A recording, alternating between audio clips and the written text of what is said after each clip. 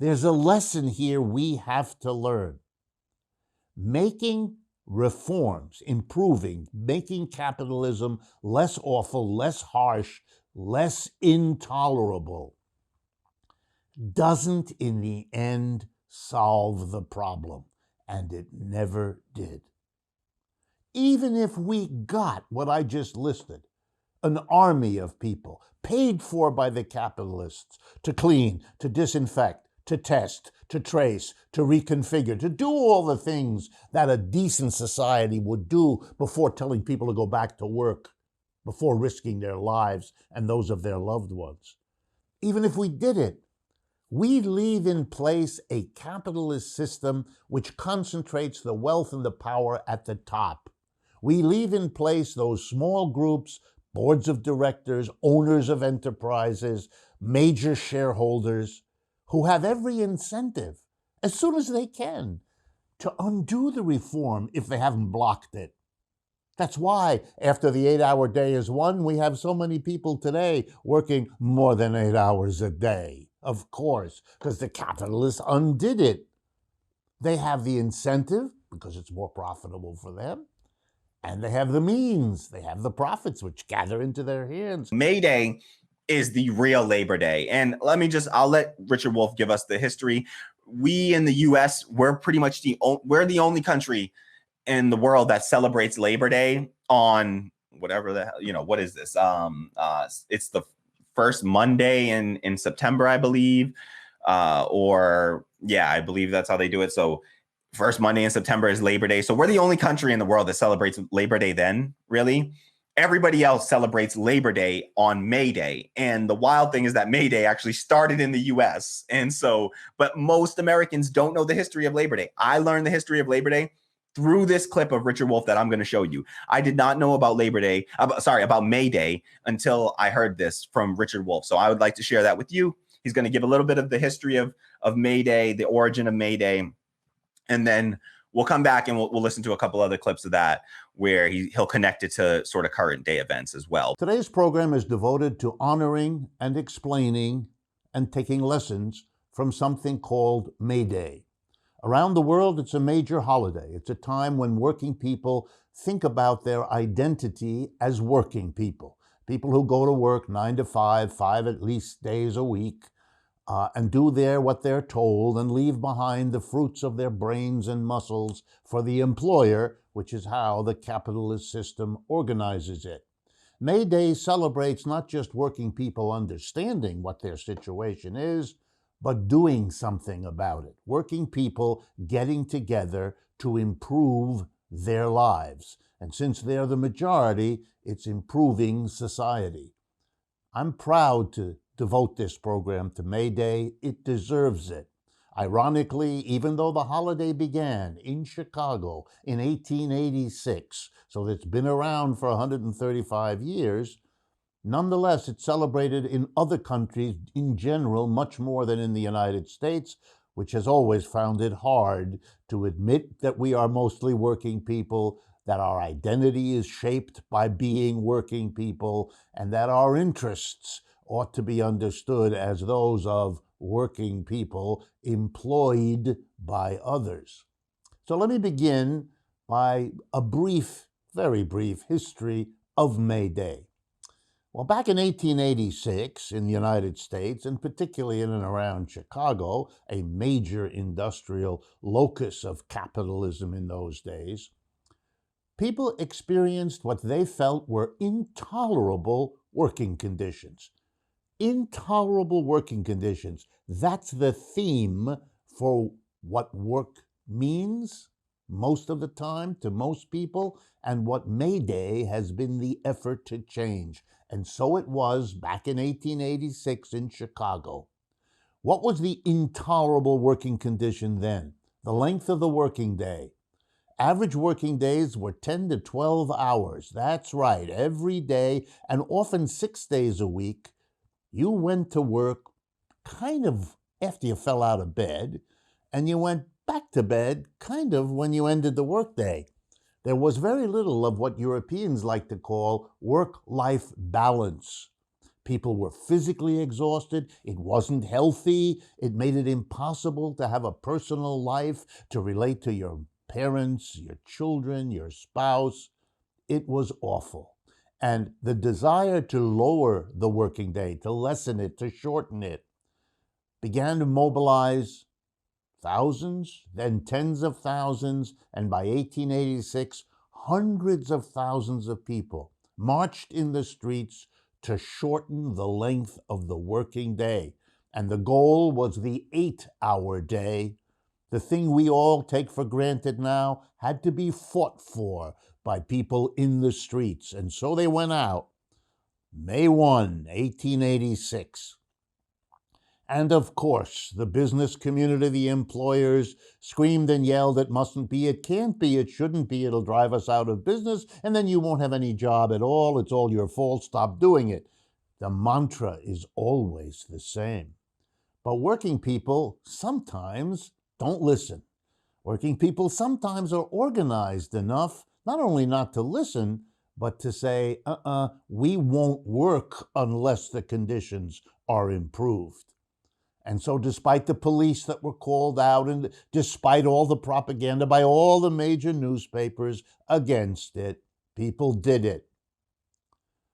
It's famous because there were also arrests and there were also incidents of violence, as that kind of a situation sometimes involves. Police arrested people, the organizers, in some cases anarchists, which was the favorite term then for what later came to be called, socialists, communists, terrorists. These are synonyms in the American vocabulary. And a number of the anarchists were even executed. For what was never clear. Somebody threw a bomb, the anarchists were the fall guys, and they were killed. But it didn't work. The 8-hour day emerged as the norm in America, as did an invigorated labor movement. This was a success. Working people had won something when they were mobilized and organized. Big lesson. That was economist Richard Wolff just giving us a brief history of May Day, the origin of May Day, which, as he said there, started May 1st, 1886 in Chicago, Illinois, in the U.S. here. And it was, just a massive labor strikes.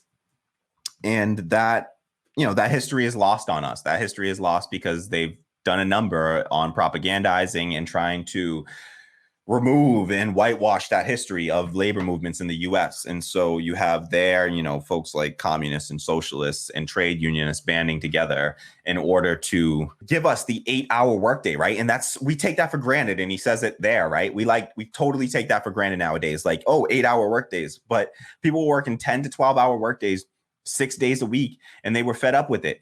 And things like the weekend, that came out of the labor movement. Weekends didn't exist before the labor movement. That was communists, socialists, and trade unionists fighting for, putting their bodies, their lives on the line sometimes. I mean, police came, they broke up these strikes, they would beat people, they killed people. Fascists came out and murdered people.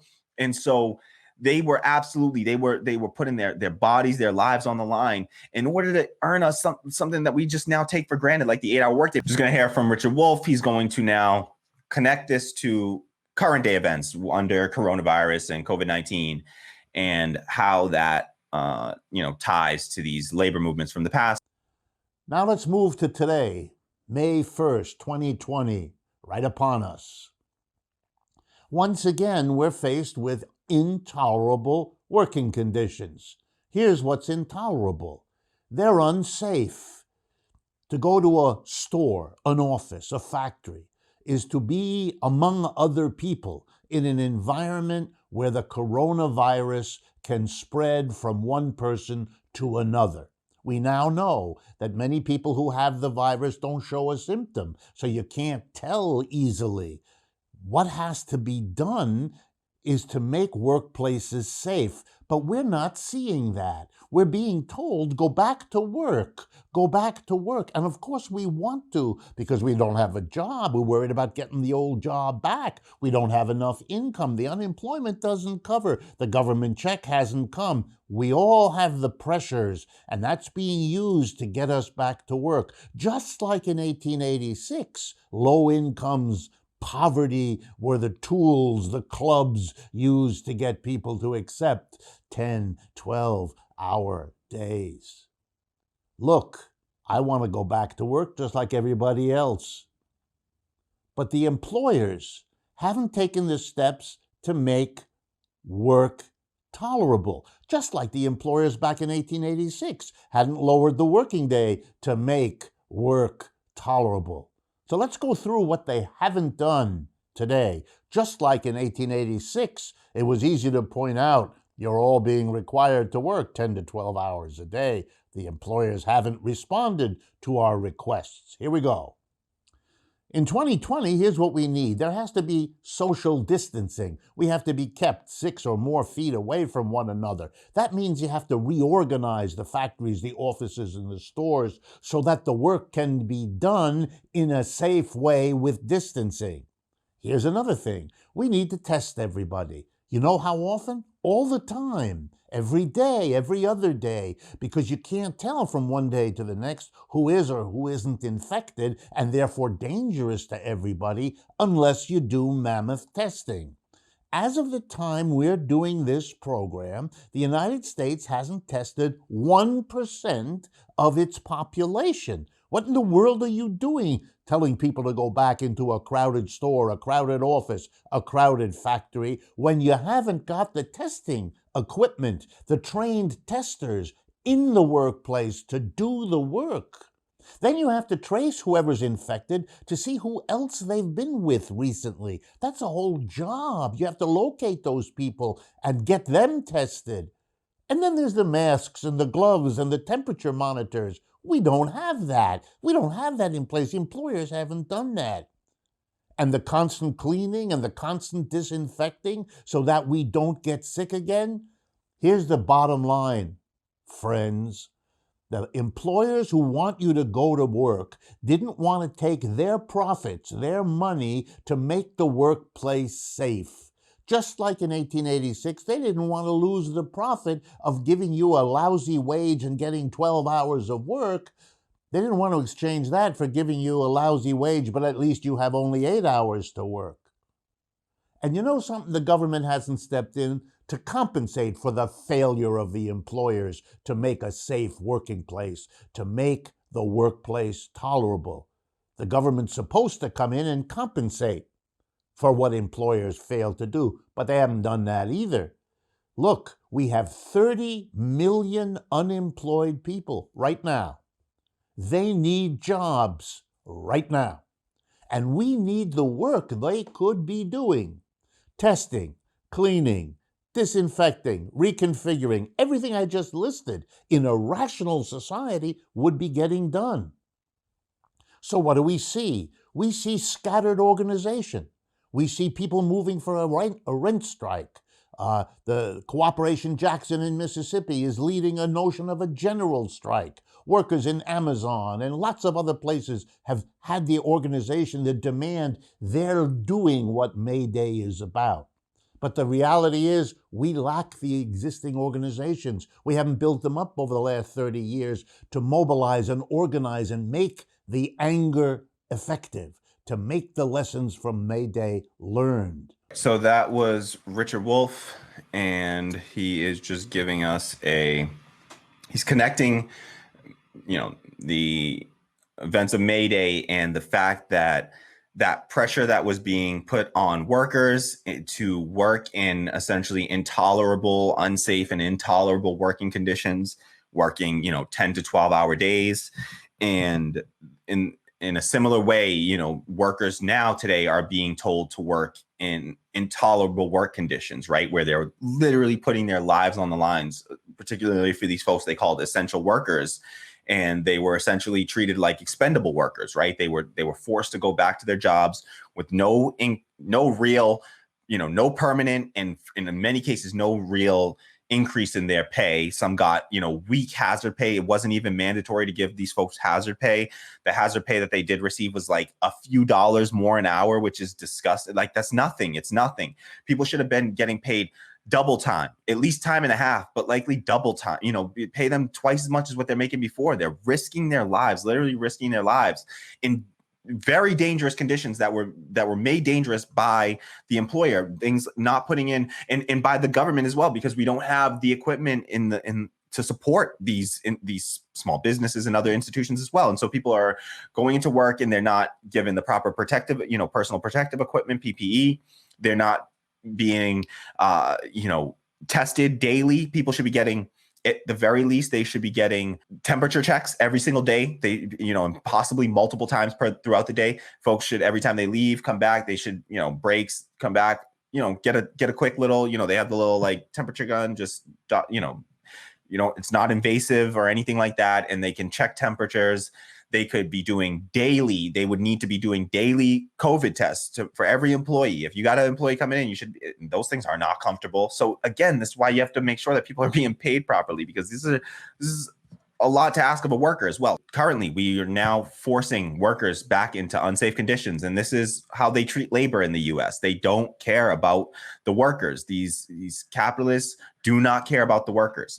And so they simply care about what they call their bottom line, and they're going to work for, it's always got to be about the bottom line being how much profit are they making, essentially. So I think that was an important just connection to make, to realize that, look at, this is how the labor, the true Labor Day started, was out of people standing up and saying, we are fed up with these working conditions. And I would love to see, but Richard Wolff will talk about here why, next clip that we'll listen to, he'll talk a bit about why we're not seeing the same kind of response now. Why is it that in response to somebody putting all these workers' lives in danger directly like this, and forcing them into these intolerable working conditions, why is there not the same response? Why have we not seen the same response? Why are there not mass strikes and hundreds of thousands of people taking to the streets right now, demanding better? I mean, it's Labor Day. People are forced right now today. Schools are starting back up, right? People are forcing people back into schools right now today, September 8th, September 9th.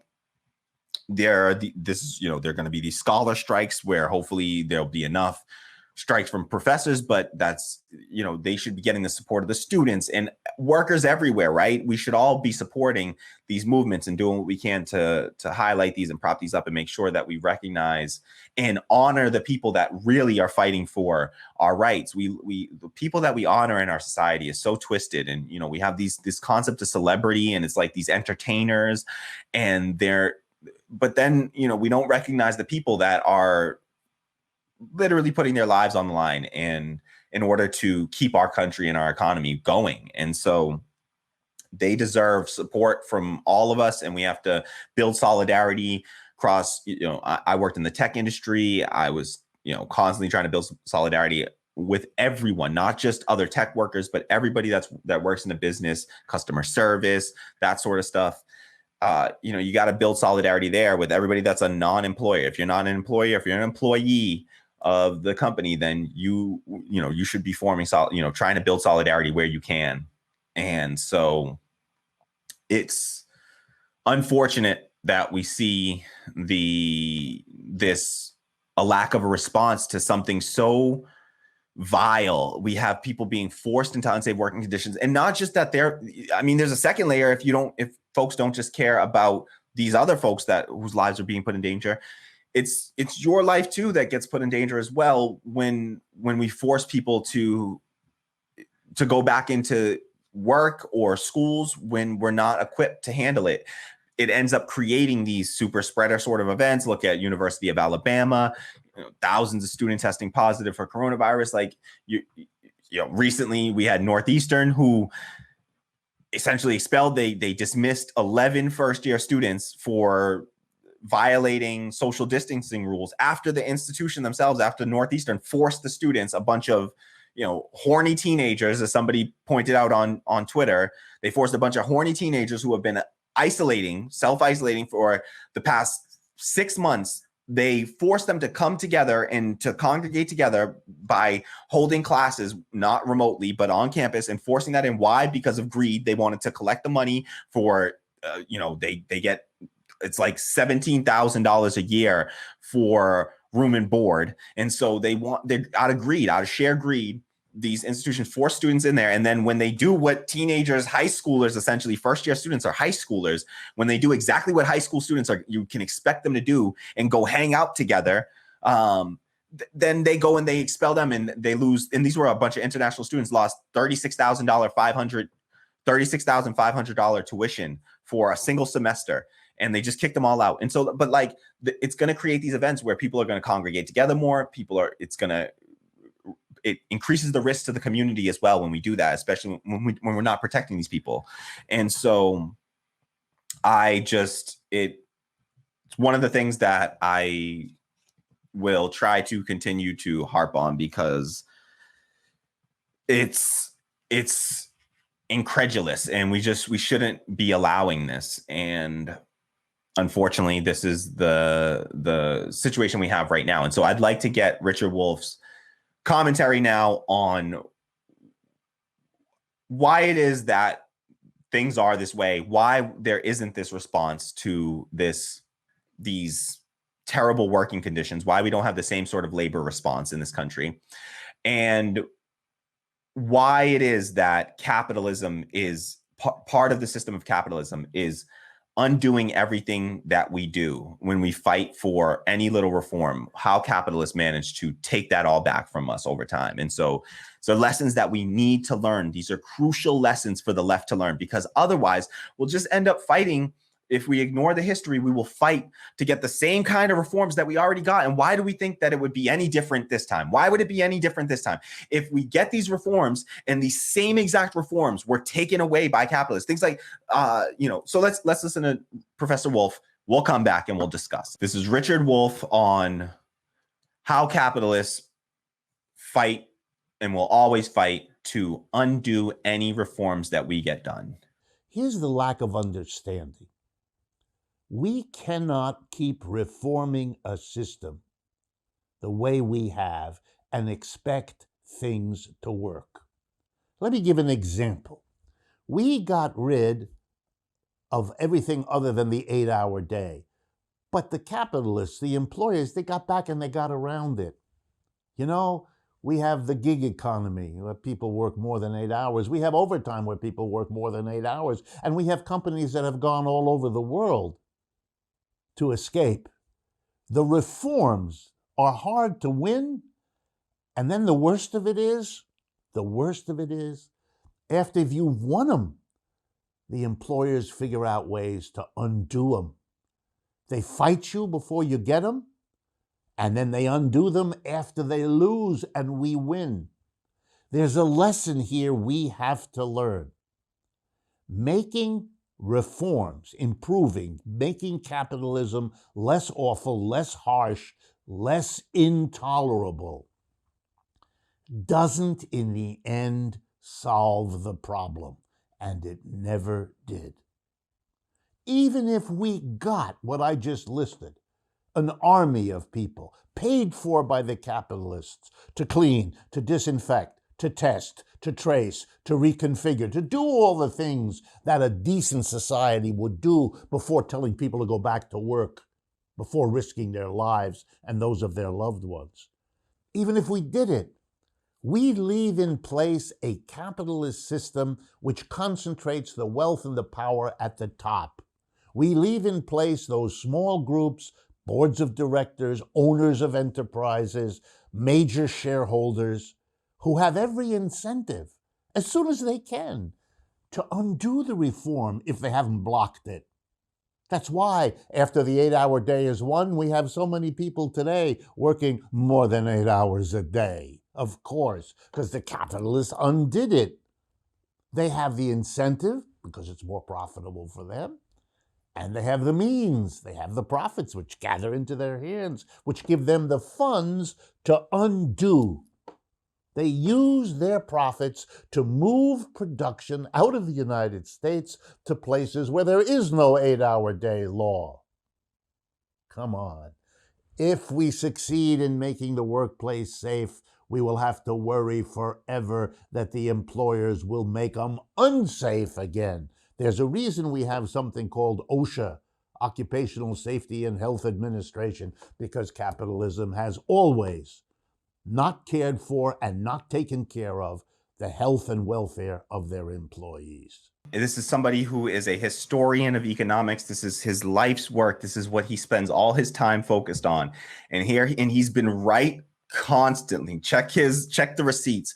You can see him predicting essentially these constant collapses of capitalism, these recurring instability, the recurring instability of capitalism. He's not a Monday morning quarterback. He's somebody that tells you in advance, and then you can see. I mean, this is him talking about this back in May, and we can see what's happened in this country since then, right? They didn't equip these workers properly. We have 5% of the world's population, but 25% of the world's COVID-19 cases and COVID-19 deaths, okay? 5% of the population, 25% of the deaths, okay? That is, it didn't need to be this way. We could have helped these people. We could have saved people. We could have protected people, but instead,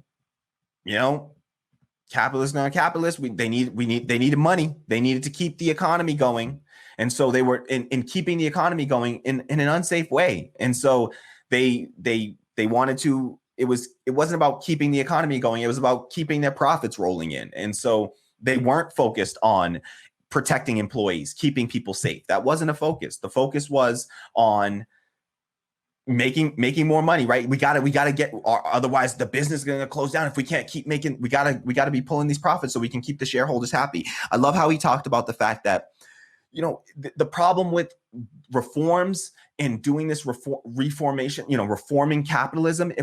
This is what I hear a lot of people fighting for now, and even these things.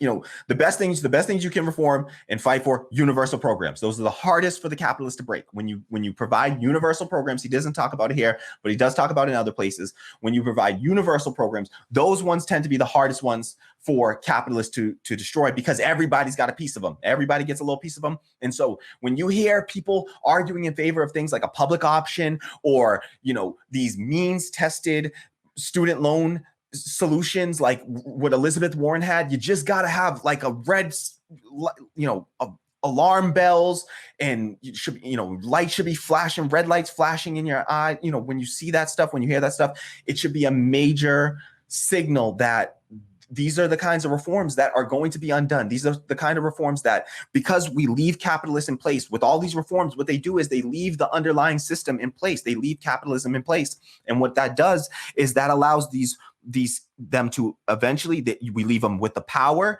and the incentive to undo everything that we've done. You leave the board of directors, all the people, the politicians that have come into power, but that have been bought by those corporations, and you leave them in power, and you leave them with all the incentive to undo and to fight against you. So you can't do that. We got to find a way to take away their power. And that is by building democratic workplaces. That is by doing what we are trying to do here at Radical Democracy, and building democratic workplaces. That's why it's so crucial. And you should feel very good about when you take money out of the capitalist system and you put it into a truly socialist organization like this, that is a democratic institution like this. When you launder money out of that anti-democratic system and you put it into this system, you are helping to build anti-democratic workplaces. You are helping to build democratic workplaces. You are helping to build anti-capitalist workplaces, socialist workplaces. I got to be less afraid of using the word. Yes, socialist workplaces, 21st century democratic socialism. And we will finally, you don't leave anyone in power. You're not, when you donate to Radical Democracy, I will never be the CEO.